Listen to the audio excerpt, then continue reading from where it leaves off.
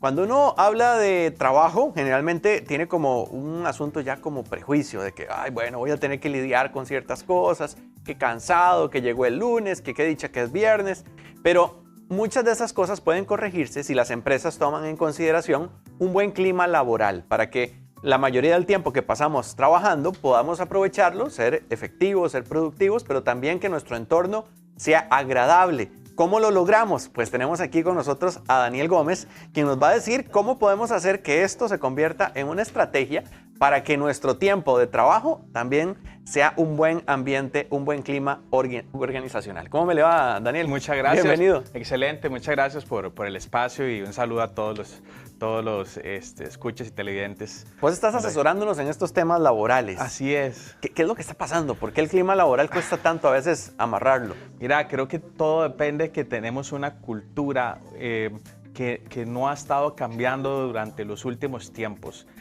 También nos hemos venido influenciando de otras culturas fuera de nuestro país cuando llegan empresas, por ejemplo, multinacionales, que traen culturas y presupuestos para enfocarse en el bienestar de la organización. Eso también se reduce a costos, por ejemplo, en una organización, al disminuir ausentismos, al disminuir incapacidades, pero lo más importante es la cultura que le genera a la gente dentro de la organización. Eso que decías ahora, ¿verdad? De llegar el lunes y qué pereza, ¿verdad? Tener que estar en inicio de semana otra vez trabajando en este ciclo, pero si tu empresa demuestra que quiere cuidarte, mira, vas a querer ir el lunes. Claro, y ¿verdad? es que gran parte del tiempo se nos pasa en el trabajo. Ajá. Se convierte como la segunda familia, literalmente. Sí, de hecho pasa uno más tiempo en el trabajo tal vez de lo que uno pasa tiempo en las familias. Hay trabajos inclusive que son de larga duración o inclusive trabajos que son nocturnos. Entonces todo esto influye montones en cómo yo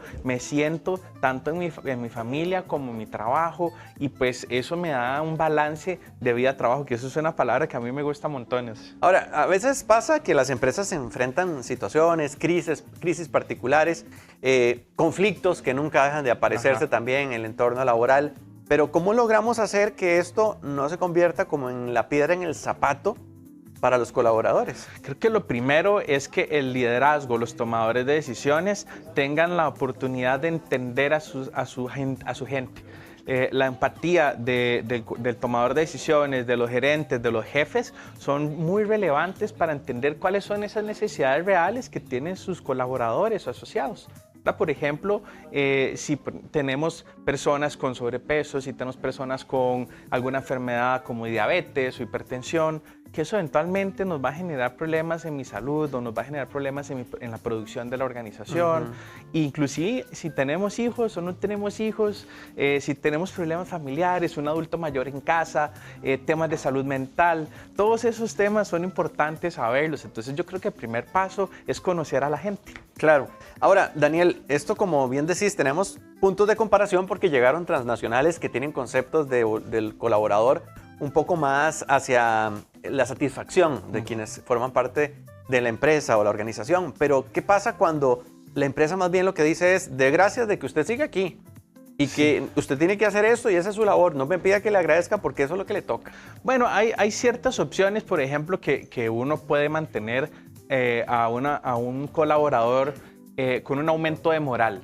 No necesariamente son estrategias que son muy invasivas dentro de la organización, como quitar tiempo de trabajo o regalarles almuerzos o ese tipo de cosas, sino más bien como un aumento de moral. ¿Okay? ¿Cómo qué? Por ejemplo, les pongo por lo menos una estación de agua. ¿Okay? Que para muchos puede ser algo poco, ¿verdad? Pero hay muchos trabajos donde ni siquiera tenemos la posibilidad de hidratarnos de buena manera.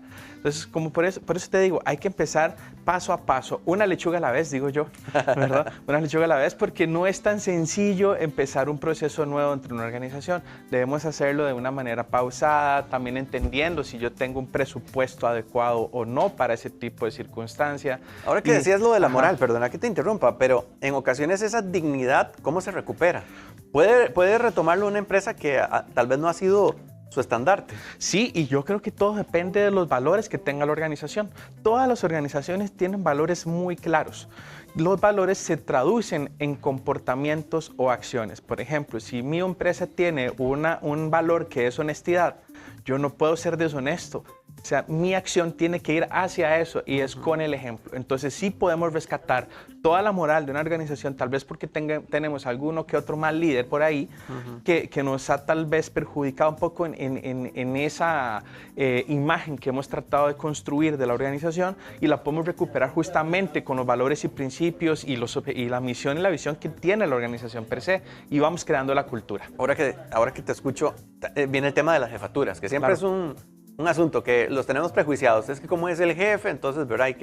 Hay que hacerle caso, pero en ocasiones ese liderazgo puede transformar, para bien o para mal, al equipo. Totalmente, y yo creo que vamos a enfocarnos en la parte positiva, que es lo que hemos visto de primera mano, que es cuando los líderes se involucran con el ejemplo, cuando se involucran no solamente ellos como líderes, sino que también a sus sublíderes, ¿verdad? Que son mandos medios muy importantes que, por decirlo un poco más coloquial, riegan la bola en la organización. Entonces, desde luego, es una cascada de buenas decisiones, ¿verdad? Que vienen desde el liderazgo, y con un apoyo fuerte hacia sus mandos medios van a tener la posibilidad de crear y sostener programas de bienestar a lo largo del tiempo. Claro, esto es un proceso en donde todos aportan para la visión de la empresa. Claro. ¿Qué pasa cuando hay personas que no calzan con ese ADN? Qué bonita palabra la que decís, porque el ADN justamente es activación, descarga y nutrición en diferentes acciones del bienestar, ¿ok? Es muy difícil, por ejemplo, que cuando nosotros nos involucremos en bienestar, no calcemos. Cuando alguien no calza entre un sistema de bienestar, es una persona que realmente también necesita ser observada, es una persona que también necesita un poco de bienestar en sus vidas. Entonces tampoco podemos dejar de lado a la población de los líderes que tienen altas responsabilidades y que tal vez este tipo de información no es tan consciente para ellos. Inclusive hacer capacitaciones para liderazgos en este tipo de organizaciones, en realidad para todas en general, valen la pena, porque genera realmente una toma de decisiones mucho más puntual, más consciente y genuina para él mismo o ella, ¿verdad? Y los colaboradores que están, digamos, desubordinados ante este cargo. Ahorita que hablábamos de las jefaturas o el liderazgo de la empresa, ¿qué pasa con los colaboradores que también tienen una buena parte para encontrar esa cultura y esa solución para que el equipo y el clima se convierta más agradable? Son vitales, les llamamos champions o campeones de bienestar, porque son personas que con sus ejemplos, ¿verdad?, pueden influenciar a grandes grupos. Pueden ser líderes, puede ser un colaborador, pues que tal vez tenga una actividad, no, digamos, bastante usual como de servicio al cliente. Puede ser cualquier persona, y esas son vitales de encontrar porque riegan la bola, como les dije anteriormente, ¿verdad? Son ejemplos, son líderes innatos del bienestar que lo viven y que lo ejemplifican. Entonces, claro, es vital que para un programa de bienestar estén presentes esas personas.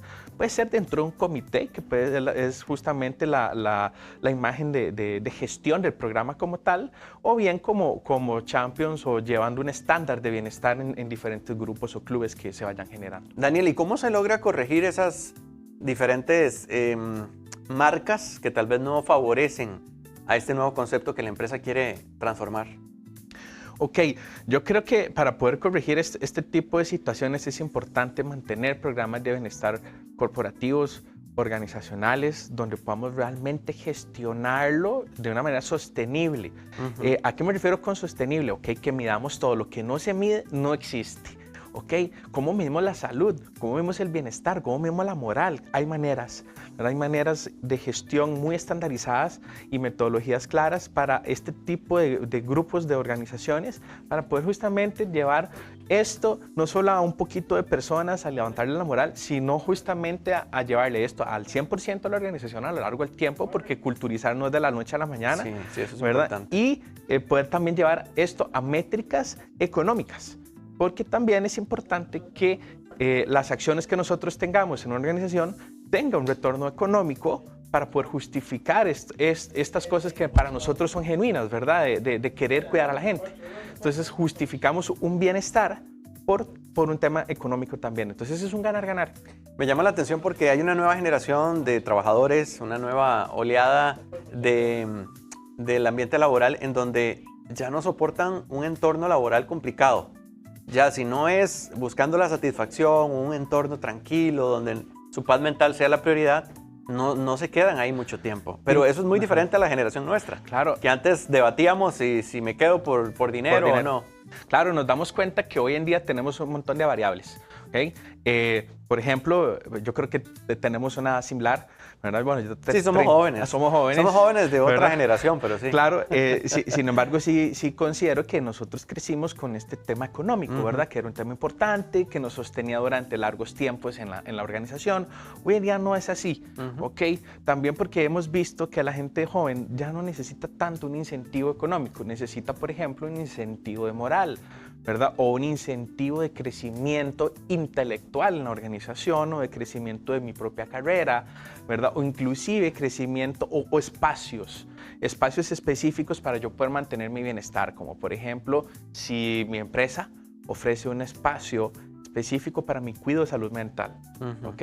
Eso tal vez no es tan común hoy en las organizaciones de hoy en día, sin embargo ya hay muchas que están empezando a implementar este tipo de estrategias. O por ejemplo, ¿verdad? Empresas que les importa mucho la salud nutricional o la alimentación de la organización.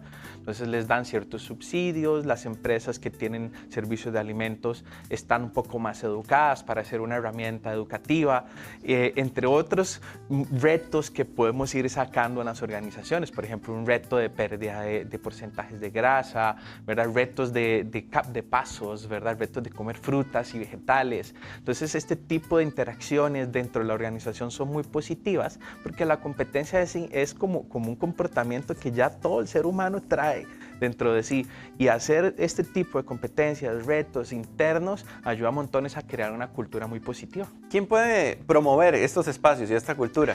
El comité de bienestar de la organización, ¿verdad? Si por ejemplo, tienen un comité calificado y certificado, ¿verdad? Vale la pena que este comité sea el que gestione con lujo de detalles, ¿verdad? O con personas muy específicas, como por ejemplo alguien de comunicación, alguien de gerencia, alguien de salud ocupacional, ¿verdad? Que es donde tenemos el sistema de salud de la empresa.